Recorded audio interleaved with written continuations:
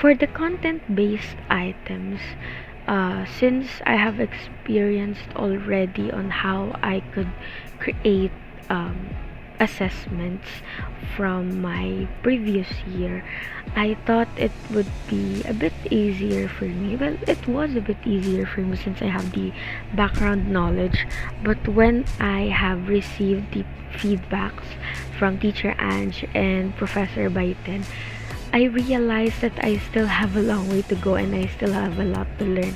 And even I think even if I become a values education teacher already in the future, I can still say that I can learn still, and learning doesn't stop. But yeah, for the content-based items, I enjoyed doing this a bit because of the TOS, which I really enjoyed from my second year. But I also enjoyed doing the STEM and the alternatives for this content-based item, since we are going to do this for the lesson planning and the demo teaching. So we did not rush ourselves, Teacher Queen, my partner, and I. We did not rush ourselves in creating these test items, and we wanted them to be done as flawless as possible.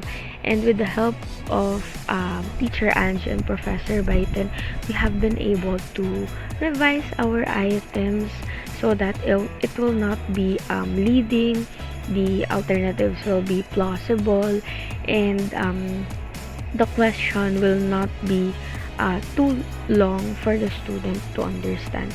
And what I am really proud of in saying is that in the comments that we had minor mistakes from the item placement on the cognitive process dimension, which I am really proud of, because it is really hard to classify whether a question falls under which cognitive dimension.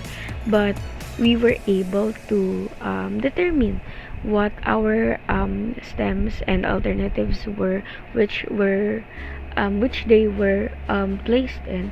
And I'm really glad that we have minor problems with that factor, and we have focused on revising the stem due to it was a bit long, and the other comments from our teachers. And it was really a fun learning experience overall. And I can confidently say now that I have improved in creating content-based items, not just in multiple choice items, but also in other forms of content-based assessment.